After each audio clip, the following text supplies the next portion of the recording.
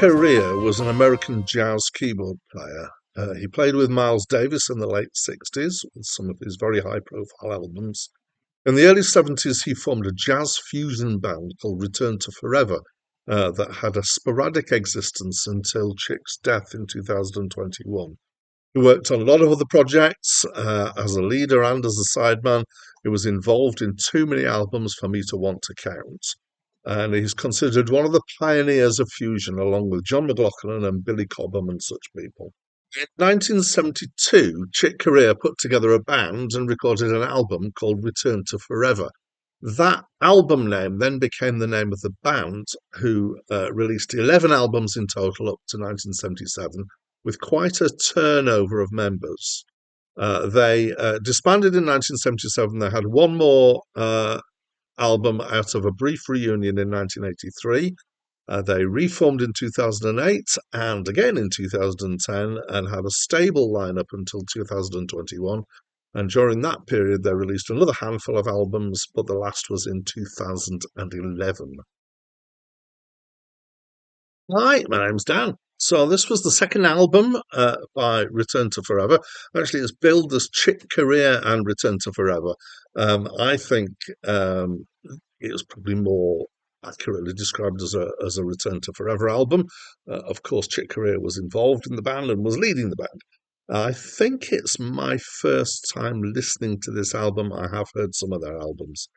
I would describe this as jazz rock, Jack Ross, jazz rock fusion with some vocals. So we've got Chick Corea on electric piano. We've got a name that I know, Stanley Clark on upright bass. We've got somebody else doing flute and saxophone, somebody else doing drums and percussion. And it's mostly fast, complex jazz fusion with a kind of emphasis on the jazz rather than on the rock side of things. It's occasionally there's tunes, there's obviously structure, but in between there's quite complex and I've used the word fast already.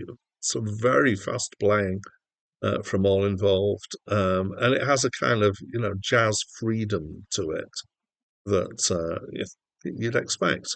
It's quite exciting. Um, the bass playing is superb, so I often hear and appreciate bass players. He's playing an upright bass. It's not possible to play an upright bass as fast as he's playing on this album. I mean, obviously, it is possible because he's doing it, but I really don't know how you get some of this stuff out of a double bass that he does on here. So it's incredible. There's some singing by Flora Purim. I might be pronouncing that somewhat. Um, she reminds me of Brazilian Tropicalia female vocalists, and actually, I made that thought before I looked her up and found out that she is actually Brazilian, or was, I don't know. Um, so it's got a certain gentleness to the sound of the vocals, and also a little bit of smokiness in the back of the vocal. It's not.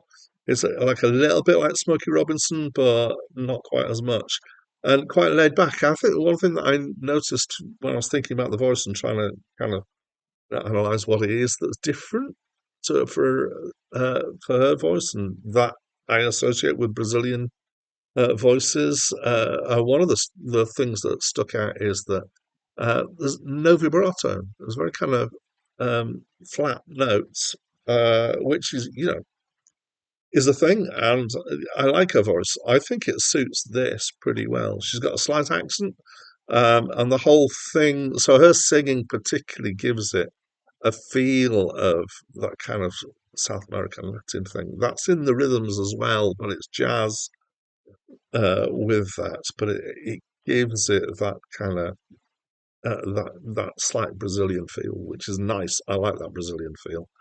I found it overall quite a pleasant listen.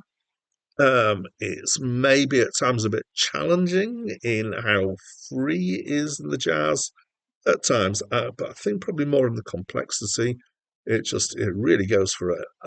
So I'm sure not everybody will enjoy it. I would say for me, it's not an everyday listen. I'd have to be in the right mood. When I am in the right mood, yeah, I'd really quite enjoy this. It's quite energizing music. It's good music to be playing in the car on your way into work in the morning if you need to be woken up. This is the kind of thing that would. It's not good music to be playing in the car in the rush hour on the way home because you'll start to feel frustrated because you want to be moving. So that's what I think of this album. What do you think? I'd love to know. Please do leave me a comment down there. And that's it from me for now.